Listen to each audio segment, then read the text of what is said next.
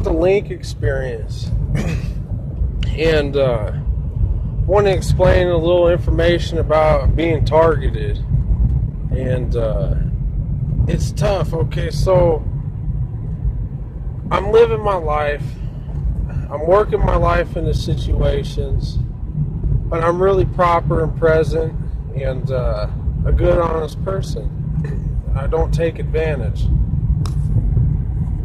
But all the weather, working through this, is pretty good. I mean, there's some ups and downs, but I got some bold opinions in some of the works I do with literature. But, months later, it works up as a big storm. And this storm is just going. It's lasted 5, 6, 7 days in a row, and it's never done that. I'd be thinking about different things each day. Each day came while I'm working through this with people. And I'm going, and all day I think of different things. I'm thinking different thought here, different thought there. It's all pretty comfortable stuff that you could bear with, stuff that you could live with. And then a big storm pops up. It starts out small, and then it starts going on for days. And all we can think about is sucking each other's dicks. That's bottom line. And I'm trying to work through this. I'm being proper. I'm being present. I can't be funny. This shit's bothering me. Like, I'm thinking all day and night about the same thought, and my thoughts aren't changing up. And I'm thinking, damn, this is rough. Well, it's about the 7th day, and it's like, well, we really got to sort this out. So, can I move in, knowing my situation? And as soon as I say that, that was the link, man. The link to it all. And this link, it provides a gateway. And what had happened was now I've asked and I've been approved for a move-in. Well, where does this move-in lead in my situation? Well, in my situation, a move-in leads to public records. So, as soon as I hit this link, all this shit vanished. I didn't have to think about it anymore. It's like the storm cleared. The storm was all around me, but it's all cleared up where I'm at. And what I was thinking was, okay, this link is going to bring us to this place. So I go in, I fill out a public record of my address, where I'm going to be living on this day, forever how long from this day to whatever day I leave. Now, once I fill that out after the approval, then it hits public records. This is going to be a newspaper in Denver. There's going to be a newspaper in Netherlands. Well, who's going to be seeing this? There's going to be thousands of people saying that this person is living at this specific address. And I'm on the list, man. The shit list of all lists to ever be on. Well, I thought it was a real good thing if you just listen to me. Because there was a guardian angel. Because providing these records is the angel, our guardian angel. It's like the biggest whale out there is protecting me now. Because I have a record to be protected over. And just to see that targeting people can go on that many days, for that long, and that severe of a nightmare. It was just a nightmare for days, and I was living with it. I was getting the work done and being proper and present and kindful, and but there's a nightmare just lingering in the mind the whole damn time. But once we hit this link where we know where our future is headed, everything cleared up. and that's why I believed that there was a guardian angel there. But it was kind of interesting being kind of part of this, military presentation, just to see how far things go, and that's about as far as it goes. Is now the weather's clear, I got a place to live, and then that's about it. Everybody's got kids, everybody's got families, and you just got to live with it. It's just simple as that. Now, maybe things get unapproved, but right now the approval stands for a short amount of time, and that's the Link experience. That from where we started to how far we got before we started to crash, to where we had to clean it back up. Like, how the hell are we going to clean this mess up, this continuous mess that won't leave the mind?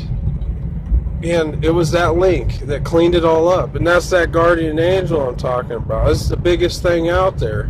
And that's because we're providing records for real targeted situations. I'm a target out there. And, it's not a lethal target, but I'm a target for whatever people are thinking, whatever's on their mind, whatever they think about the shit list that day. And it could be 1,000 people thinking about that shit list all in that one day that causes those kind of experiences. And I just want you to know how I feel on that, and that this should bring us one step further to a better life with these kind of understandings. This is how it happened.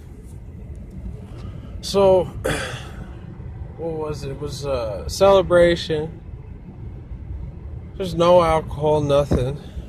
And we had eaten our birthday cake, and my friend stopped by. He says, "Hey, you want to go out?"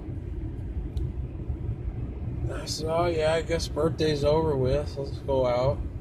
And I go out, and we go and get a half pint. So I'm like, okay, I can drink and drive. It's just a half pint. We'll be okay. Well, we drank the half pint, and then we were more thirsty. So we go get, we go borrow some money, and then we get a pint. So I drink half of the pint, he drinks half the pint. I'm drunk by then, but I'm coherent because I can remember to tell you the story right now. I just wasn't in a perfect state of mind. And I'm sitting over there, or visiting a friend at the restaurant in Walmart.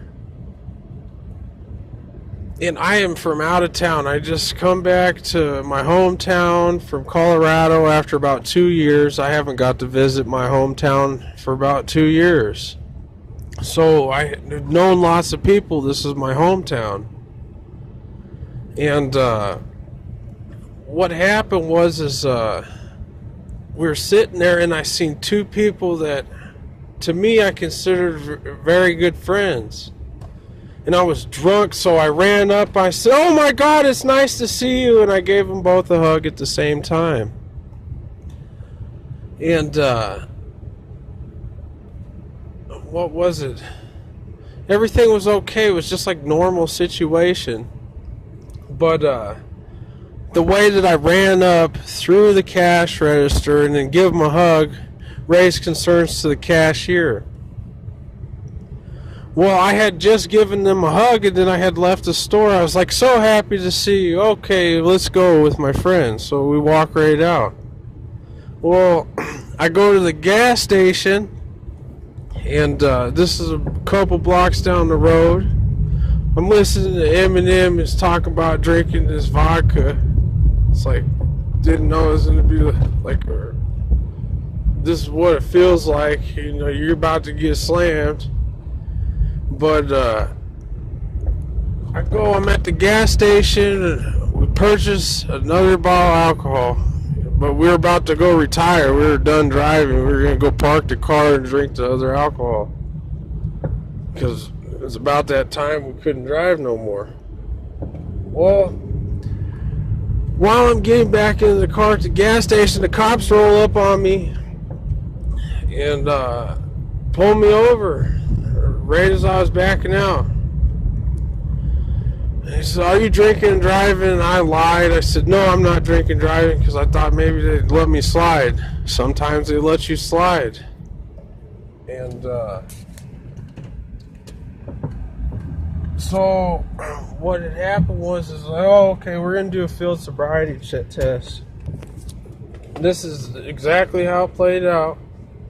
So I do a field sobriety test, and I'm already stoned. I said, I'm drunk. Just take me in. Just take me in. He sat me down in the car in handcuffs. He came back. He's like, "Oh, there's other charges too." I'm like, "What?" I was drinking and driving. I didn't have any weapons in the car. I didn't have any drugs or anything. He says, "No, you assaulted some women." I said, "No, I didn't. I didn't assault anyone. I don't even know who you're talking about." I was like, "Well, do you know anyone at Walmart?" Oh, no. I said, "I was over there, but I just give him a hug. I got a girlfriend at my house. I was just happy to see him." The cop said, "That's not what she said. She said that you were grabbing on her and doing all this." I said, "I swear, officer, I just give him a hug." And I go to jail. I'm thinking, I just give him a hug. I didn't do anything wrong. And I'm in jail, and I get a arraignment. I go to a hearing, and these two girls that were at Walmart, they come, because I remember I'm hugging two people at the same time. It's like, well, it's just a hug. He says, "Oh, you were groping these girls and doing all this stuff." I said, "No." I says, "I just give them a hug. They got big boobs. I give them a hug. Like, my arms were all the way around their necks. I gave them a hug at the same time." And he says, "Did you ask permission to give these girls a hug?" I said, "No." He says, "Well, that's what you did wrong.